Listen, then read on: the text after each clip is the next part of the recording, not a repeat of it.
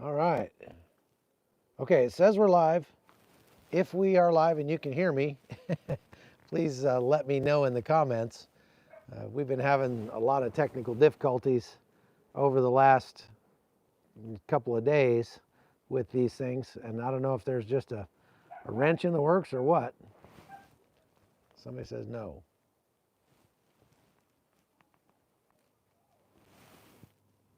Hey, there we go. Do you see me? Do you hear me? Okay, good. Great. Well, all right, folks. Let's. I need to help you understand what I'm about to talk about, and because this is on YouTube, I have to be very careful about the language that I use, because I'm going to be talking about a subject that YouTube doesn't like a whole lot, and they tend to demonetize videos that talk about this subject. So I'm going to talk about Israelis have gotten very fond of the idea of having special tools around that they can use to make sure that they don't have a repeat of what happened on October 7th. And these tools are the kind that Americans pretty much take for granted, at least in the places that I've lived. There's a puppy dog over there that's kind of sad. He probably hears me talking out here. And there's a bunch of Belgian Malinois pups over there. They're so cute. Anyway, if you're from West Virginia, you probably would take these tools for granted and carry them around like you would your cell phone. You'd always have a couple of tools in your car. If you had 20 or 30 of them at your house, that'd be called a good start where I come from. But, in a lot of places around the world, it's not legal for you to own tools like this, the kind of tools that would allow you to just, stay safe. And in Israel here, up until October 7th, they were moving more and more to the left as regards the legal ability to collect, use, carry, buy, sell, train with tools that you could use for this purpose. Now, I had always been under the impression that it was sort of a foregone conclusion that everybody in Israel was a tool carrier, because I've been here several times and I've seen them carrying those things around, kind of in the street, strapped across their back, whatever. Thank you, son. And I guess, over the last 10 years or so, things have shifted significantly to the left in Israel. And there is a group of people who believes that the best way to make people safer is to make them more vulnerable. If we make everybody more vulnerable, then we'll all be safer. Well, that fallacy was proven to be so on October 7th. Because there you had a whole bunch of very vulnerable people, and those people were the very people who believed that one did not need to, just carry tools around in order to be safe. You just, being prepared was kind of not really on their radar, not as much as it should have been, obviously. But in the places where there were people who decided to carry tools and who were prepared, things did not go near as badly for those groups of people and for their loved ones on October 7th. And so it is something that I've been saying for a long time, and that you hear people say. We have this debate a lot in the United States. I know I have a lot of people that watch me who are not in the United States, and so you might not know the nuances of this argument, but suffice it to say that many of us believe that if you are a man in your society or a woman who's got people under her care, then it's probably a good idea for you to have the wherewithal and an inclination to be able to keep your family safe. And you should invest in the implements that would allow you to do so. And you should invest in yourself to get trained with those implements in such a way that you will be competent and confident in carrying them around with you on a daily basis. And that there's no better way for a society to maintain its security than for good men and women across that society to stand in the gap and put themselves at risk and sacrifice a little bit of their personal comfort by carrying a, little bit of heavy tools around. Because they're heavy, they're uncomfortable to carry every day. A lot of people would like to leave that responsibility to others, like say in law enforcement. And they figure, no, that's the job of the law enforcement. That's the job of the police. The problem is that a policeman is far too heavy to carry around with you every day. And it would be pretty expensive to pay one to shadow you and your family wherever you go. And so in the interest of efficiency, in the interest of economy, in the interest of the safety of not just your family, but anybody that's around, if you're not a mentally ill criminal or something along those lines, then many of us believe that it would be a good idea if you were trained and able and willing to bear that burden for your society. Well, before October 7th here in Israel, there weren't that many people who did believe that. There weren't enough people, let's put it that way. There were plenty who did, but there weren't enough. And the laws were such that it made it very onerous and difficult for you to get the tools you needed to be the kind of guy that would be able to stand up and stand in the gap for your country. Because of that, October 7th turned out much worse than it might have. And so now what we see in Israel is that there are a massive number, at last count 256,000 people have applied for permission to get the tools that they need and get trained to use them if it's necessary.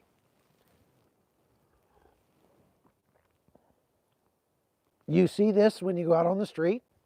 You go anywhere in Israel now, and it's nothing. It's very, very common to see people with a tool strapped across their back or some kind of implement in their waistband or something like that. And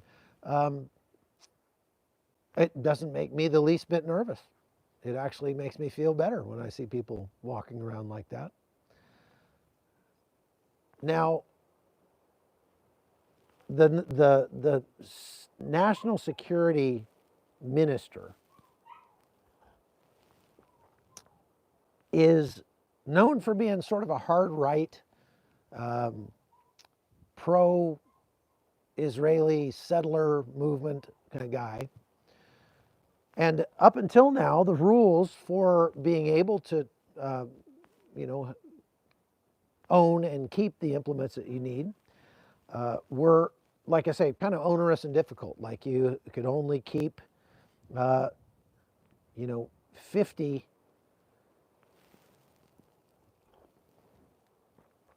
of the 50 of the tools that you needed to be able to protect your family at any given time. So you couldn't have more than a box of about 50. And you had to go through all sorts of flaming hoops in order to carry or own an implement. You had to have a sit-down interview. We had to have some training. You had to have a background check and a health exam, and et cetera, et cetera, et cetera. Opinions vary on how effective those kinds of things are. I don't think it's a bad thing to try to offer people the training that they need so that they can be safe. But for something as fundamental as the right to just defend yourself if necessary, which is actually illegal in many places across Europe. Did you know that? Did you know that in Germany, for example, you literally are prohibited from protecting yourself? If someone were to attack you, and you cannot fight back, because if you fight back and injure or, heaven forbid, kill a person who is assaulting you, you're the one that goes to jail. What I mean is that in their law, there is no such thing as a righteous use of violence. But, and in the UK, it's that way. In the UK, they've gone so far as to try to outlaw pointy things and make you grind the tips off of your steak knives and things like that.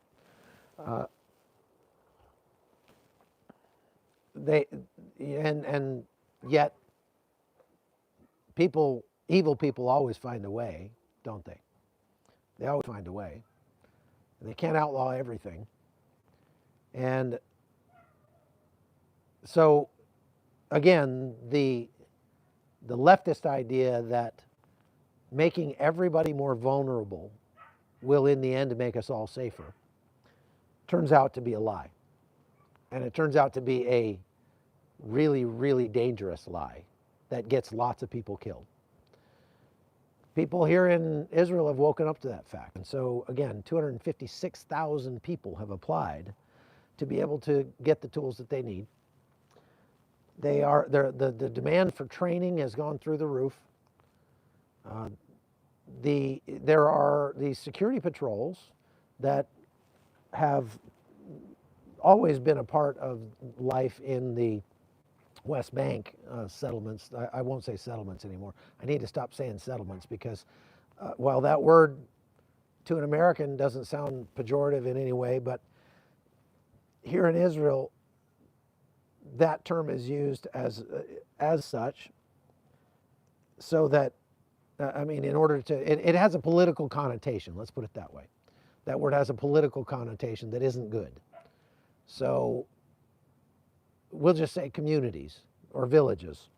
So the Israeli villages in the West Bank need to be able to protect their people because they live in a very dangerous place, and they are surrounded in many cases by people who hate them, who actively call for their destruction, who plot and plan to kill them, and who at times even carry out those plans. And so the people who live out in the West Bank, the Israelis who live out there, have always needed, they've always known that, when you desperately need emergency services right now, they are a good bit away. It'll take them time to get to you, and you're kind of on your own. In the case of October 7th, when Hamas attacked, many of those people were on their own for up to 12 hours. And again, most of them had absolutely no means of ensuring their own safety. So in the West Bank, they have these teams that are just basically a security team that patrol the neighborhoods. It's a neighborhood watch on steroids. They have a patrol car, and it's got a light on it, and they drive around the neighborhood and they take turns. It's kind of like a volunteer fire department. They have seen a huge uptick in people wanting to join those teams since October 7th for obvious reasons.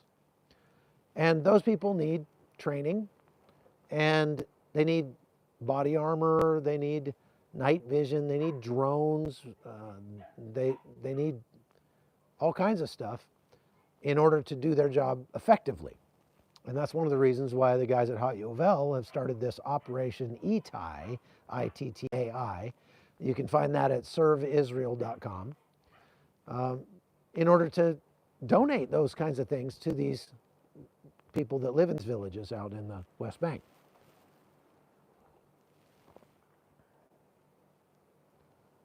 The National Security Minister has been pushing very hard for a loosening of the laws to make it easier for people to invest in the kind of implements that they require. And that looks like it's actually happening. Like things are getting easier. They're pushing to loosen those laws and enable more civilians to feel secure and comfortable at home.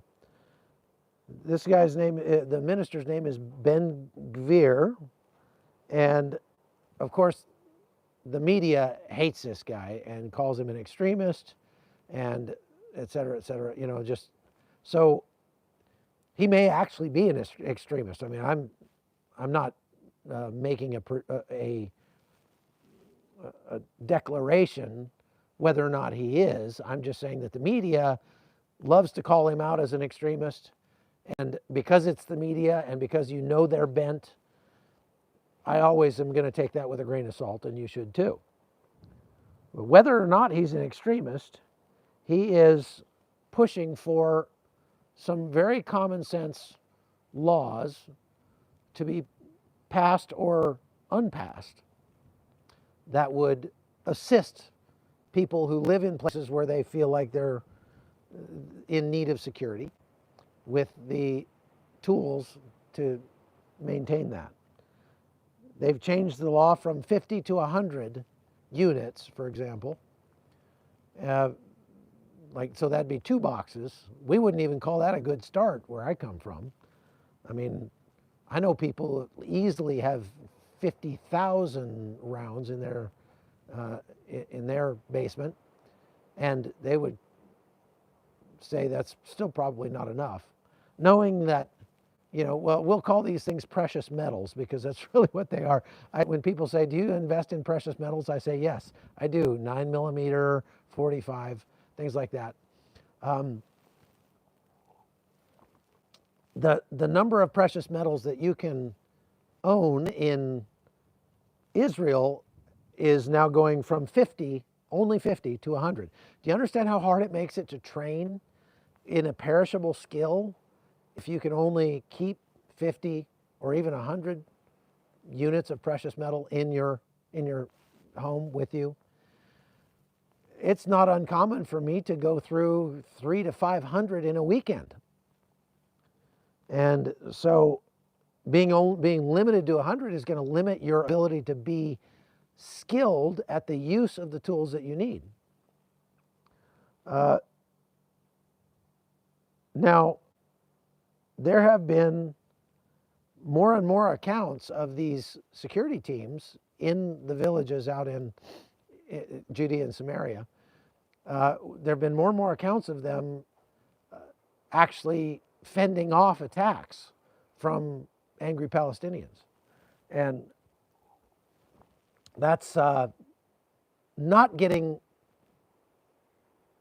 reported as much as the attacks where, well, if it gets reported as settlers engaging in violence against Palestinians.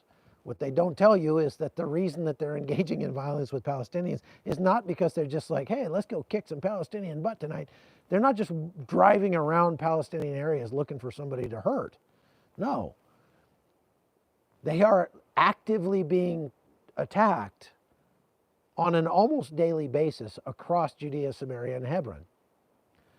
So when that happens, and they have to engage in some sort of defense,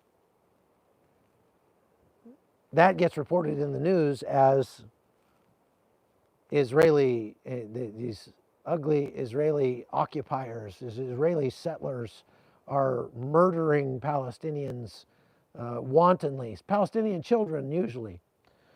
Well, that's just simply not true. I described on a live I did the other day what the true story is about that. And most of the things that get reported as violence by settlers against Palestinians actually turns out to be the IDF going on missions or IDF troops that are in Judea and Samaria and Hebron defending themselves from attacks by Palestinian mobs. Attacks where people are actually utilizing, dangerous things and are making it eminently necessary for the Israeli troops to engage in this sort of behavior. The United States has been asked to sell 24,000 tools to Israel. And the United States has said that they are not willing to do that unless Israel will guarantee that the settlers are not allowed to have any of those tools. This is them talking, right? And I don't know that Israel is willing to say that because those are the people who probably need them the most right now. If that'd be like saying, well, we will sell you all the raid that you need unless but we will not sell it to you unless you promise that none of it will go to places that have cockroaches. And I'm not making a direct comparison between Palestinians and cockroaches. Don't put words in my mouth that way. All I'm saying is that I'm trying to paint a word picture here. It's kind of ridiculous for the Biden administration to say, we will only sell you what you need if you promise you won't give it to the people who need it the most. 24,000 of them. Now, Israel could potentially go somewhere else. I think more likely what Israel may have to do is make them in-house, make those tools in-house. Nowadays, it doesn't take a government to make those kind of tools. You can make them on a 3D printer.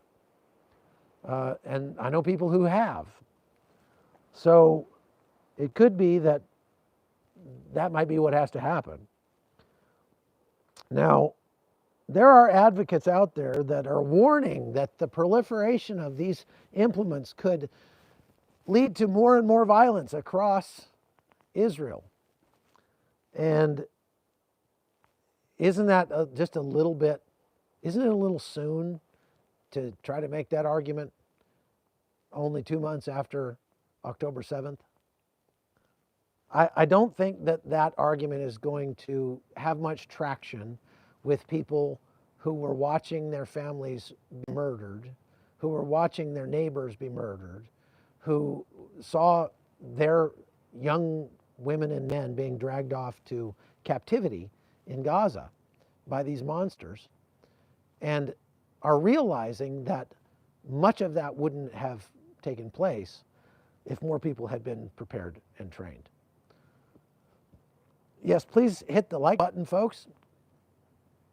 That actually helps a lot. We've got 600 people online, so let's see if we can get 600 likes. Wouldn't take but just a second to do that. It doesn't cost you a thing, but it makes YouTube very happy, and they will show this to a lot more people. And it's very helpful, so I appreciate it.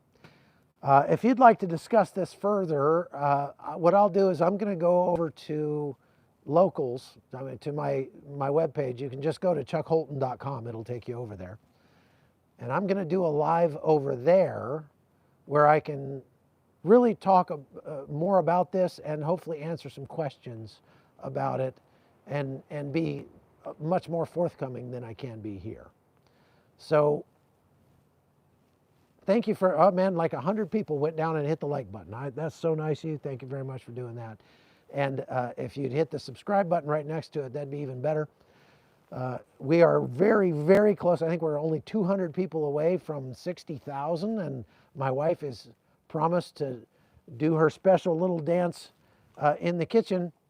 If no, I'm kidding. She doesn't dance. My wife doesn't dance. If she well, she likes to dance at weddings, but that's about it. Somebody else. Looks like folks are getting notified. That's great.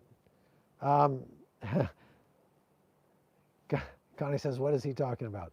Yeah, if you go watch the movie that I did about Armenia called Armenia, A Love Story, you'll see Connie's dancing on the dance floor. She can get down on weddings, but that's the only time.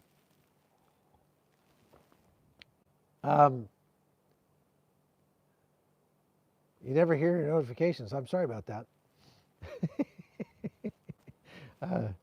I better cut it out while I'm behind because Connie knows where I sleep, and I don't want to get hurt. So if we got anybody got a question that I can possibly answer here? Yeah, I've heard that a lot of people that have subscribed have been unsubscribed multiple times, and I'm not sure why that happens. Suffice it to say that YouTube is not is not perfect, okay? And neither am I, because apparently I use the term "suffice it to say" far too much. We were having a conversation about that today too. Yes, you know, the cost of precious metals has gone up quite a bit.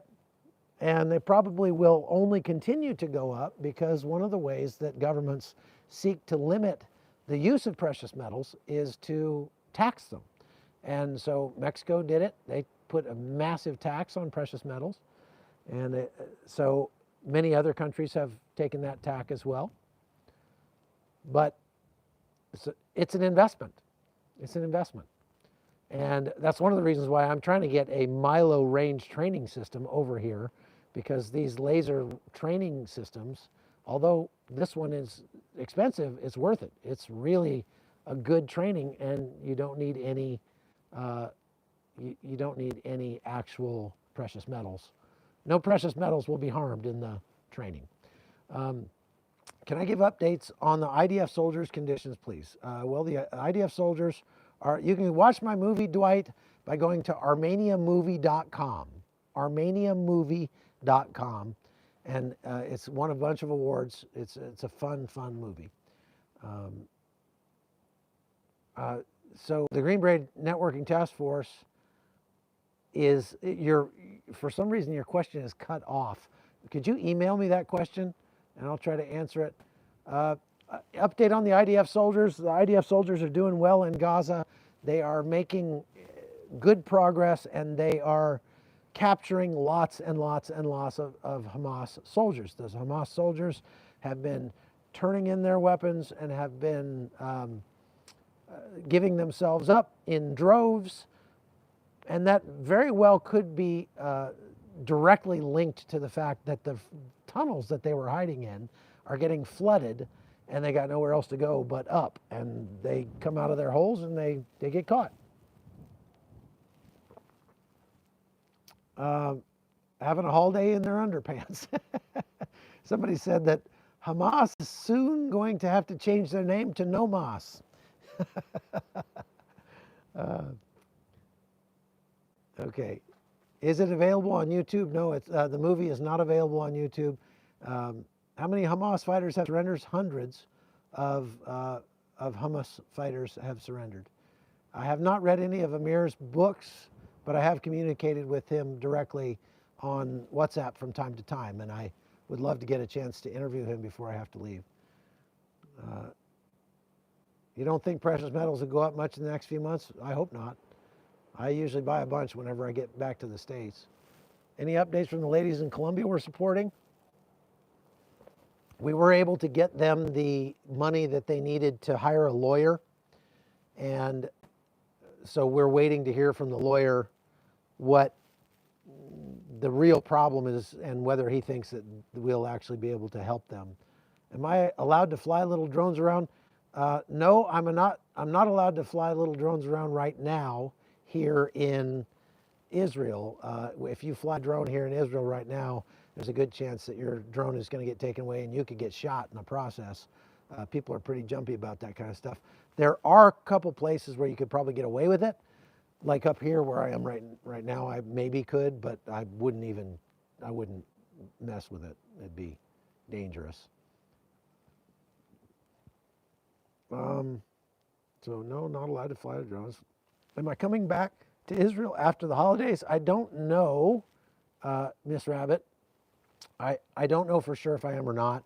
It just depends on what the situation is by then on the ground, and then we'll see. I really, really, really would like to just stay home for a couple of months and work on some projects that I've got going, but we'll see. I mean, I've got another documentary in the works. I've got a book I'm working on, so I got a lot of stuff. Do I still have a security clearance? Mossad? No, I do not. I did when I was in the Rangers, but that goes away as soon as you leave the Rangers, and so I don't have it anymore. I was. Somebody else asked what battalion I was in. I was in the 3rd Ranger Battalion at Fort Benning, Georgia, Alpha Company, 3rd of the 75th, and that answers that question. Does Israel have room in jail for so many Hamas detainees? I don't think so. I don't think so. I think they're going to have to figure out what to do about all these Hamas guys that they're picking up, because they're just getting started. I mean, when they get into southern Gaza, if they're going to start rounding up all the military age males and trying to process them, I mean, what's that, 1 million people? I mean, it's a lot, like way more than they have. So, yeah, not cool. I still will be doing lives once I get back to the States, and we'll see how those go. But why is the feed so bad in black background? Well, I'm up in the northern part, Jimbo, of Israel, and I'm in a kibbutz, which is like a residential area. And so there's not really much in the way of background out here because there's no lights around or anything like that. It is almost 10 o'clock at night. The house here is just like a regular old house. See that? And I'm just standing in the front yard out here. But so that's why, I mean, actually behind me is the town of Kiryat Shimona, but it's pretty far back there. And I was outside because they were shooting out here, and I thought maybe you might get to hear it. Before I started my live, they were there's some small arms fire off to my right. That is not combat. They are training over there. There's a big training area in the northern part of Israel over in the Golan Heights.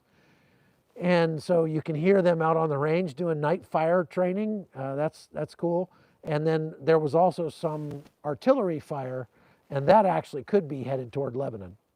They blew up a massive arms depot in southern Lebanon today, and I put the if I didn't, I will, but I think I already put the video of that up on my channel over on Locals. So if you go over to chuckholton.locals.com, I will put that up there, and you can see that explosion. It is spectacular. It's spectacular. It's a very, very nice explosion. My book about how to overcome fear is called Bulletproof: The Making of an Invincible Mind. And it's one of my favorite of my own books. I have 10 books in print and a couple more in the works. Is it still difficult for a U.S. citizen to enter Israel? Derek, I don't know that it ever was difficult to enter, other than the fact that you might have a hard time finding seats on a plane because El Al is the only airline that's flying in here right now. But as far as getting here, we haven't had any problem. My wife and daughter and I came in through Jordan. So we flew into Amman, Jordan, and then drove down to Petra and went down to Aqaba on the Red Sea, crossed over into Eilat, and that was not that difficult. And then we drove back up here. So on Tuesday, we're going to be driving out of Israel across the Allenby Bridge into going to Amman and going to the airport over there. All right. So thank you, LMG Philanthropy. I'm glad you liked the book. Oh, you didn't know I had books. I'm I'm an author first before anything else. I've got a lot of books out there, and if you have trouble sleeping, just a couple pages will knock you right out, I promise. Yeah, we both need to dance when we reach 100,000. That sounds like a plan, Miriam. I'm usually, when I dance, people end up going to the hospital, but that might be a time that's worth dancing if we hit 100,000 subs. I would super appreciate it if about 185 of you would go and subscribe right now to my channel. Just hit that subscribe button and get us over 60,000, just because that's a cool milestone, and I'd love it. Some of my books are on audio, not all of them, but my most recent books are, and yeah, well, it wouldn't take much to dance better than the Houthis. Did you see they put out a music video now? This is crazy. Go look, do a Google search. Maybe I'll go find it and I'll post it on my website. The Houthis did, the Houthis made a YouTube video with a guy like rapping, like in body armor and his little, Palestinian headdress on the ship. They videoed this music video on the ship that they took over, the cargo ship that they now have, they're holding hostage. Apparently they've been selling tickets to people to come and tour the ship. It's like a amusement park now. And the United States, because the Houthis have now said that they are going to attack any ship in the Red Sea, because they're going to just assume that any ship in the Red Sea is going to Israel. So they're going to bomb any ship in the Red Sea, and they're going to try to take over more. So the United States and a bunch of other countries are getting together and saying, all right, these guys are getting to be a hassle. So let's talk about what we need to do here. And I would say that probably within a short matter of time, in probably a few days to a week, the Houthis are going to be the Houthi and the blowfish. That's good. The Houthis are going to start to regret, maybe at least a little bit, what they have been doing. So we'll wait and see what happens there. There's a whole lot more I could talk about, but it's cold out here, and so I'm going to go inside. And like I said, I will probably do a live over on my locals page where we can talk more about this issue of Israelis needing more implements and tools to be able to stay safe, and we won't have to be so guarded about talking about it. Isn't it sad that in a place that, we all grew up thinking that America was a free country?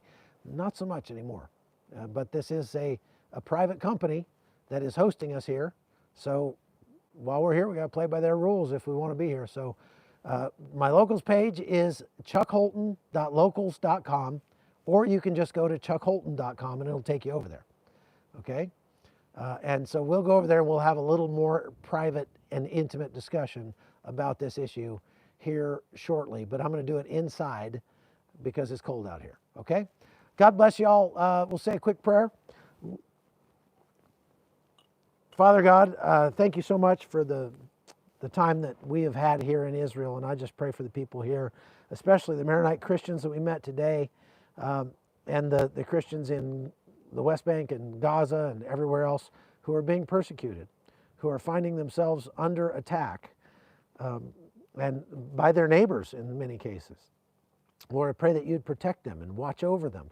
I pray that they would be encouraged in this Christmas season, and that there would never again be another Christmas when that incredible act of love, you coming here and being born as a man into this world so that we could relate to you would not be celebrated in the place where it happened in Bethlehem.